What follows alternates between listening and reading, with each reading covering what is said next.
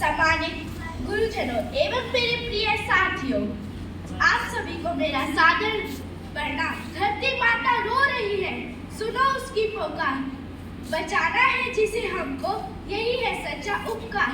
प्रिय साथियों, आज मैं आपके समक्ष जिस विषय पर अपने विचार प्रस्तुत करने जा रही हूँ, वह केवल एक भाषण का विषय नहीं, बल्कि हम सबका कर्तव्य है। मिट्टी का तन मेरी जिम्मेदारी। धरती माता हमें बिना किसी स्वार्थ के सब कुछ देती है। यही धरती हमें जल देती है, वायु देती है, जीवन देती है, अन्न देती है और जंगल देती है। लेकिन हमने इसको बदले में क्या दिया? हमने इसके पेड़ काट दिए, नदियों को प्रदूषित कर दिया और मिट्टी को जहरीला बना दिया और प्लास्टिक से इसकी सांसें रोक दी। आज तो मिट्टी का हर कोना हमसे पूछ रहा होगा, क्या यही तुम्हारा प्रेम है? बढ़ता तापमान, घटती हरियाली, सूखा, सूखी नदियां, प्रदूषण। अब तो यही धरती माता की दुख की आवाज है, लेकिन कोई नहीं इसे सुन रहा। यह दुख किसी एक देश या एक व्यक्ति का नहीं, बल्कि पूरी मानवता का है। अगर हम आज भी न जागे तो आने वाली पीढ़ियां हमें कभी क्षमा नहीं करेगी। अब गलती गिनवाने से इस समस्या का समाधान नहीं होगा। जब हर व्यक्ति कहेगा कि इस धरती की रक्षा कोई और नहीं बल्कि मैं करूंगा। बदलाव सरकारों से नहीं होता, बल्कि हर व्यक्ति के छोटे छोटे कामों से होता है।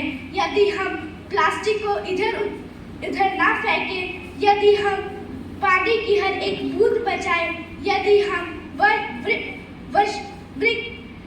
हम साल में एक पौधा लगाएं और उसकी देखभाल करें, यदि हम कचरे को इधर उधर फेंकने के बजाय उसे सही स्थान पर डालें और यदि हम वायु, मिट्टी, जल और पेड़ पौधों का सम्मान करें, तो धरती माता का दुख धीरे धीरे कम हो सकता है। प्रिय साथियों, महात्मा गांधी ने हमेशा कहा था कि प्रकृति मनुष्य की हर आवश्यकता पूरी कर सकती है, लेकिन लालच की नहीं।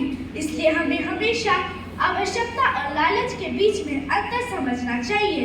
प्रिय साथियों, हम इस धरती माता के मालिक नहीं, बल्कि इसके रक्षक हैं।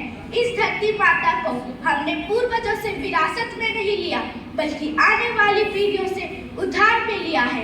इसलिए उन्हें सुरक्षित लौटाना भी हमारा कर्तव्य है।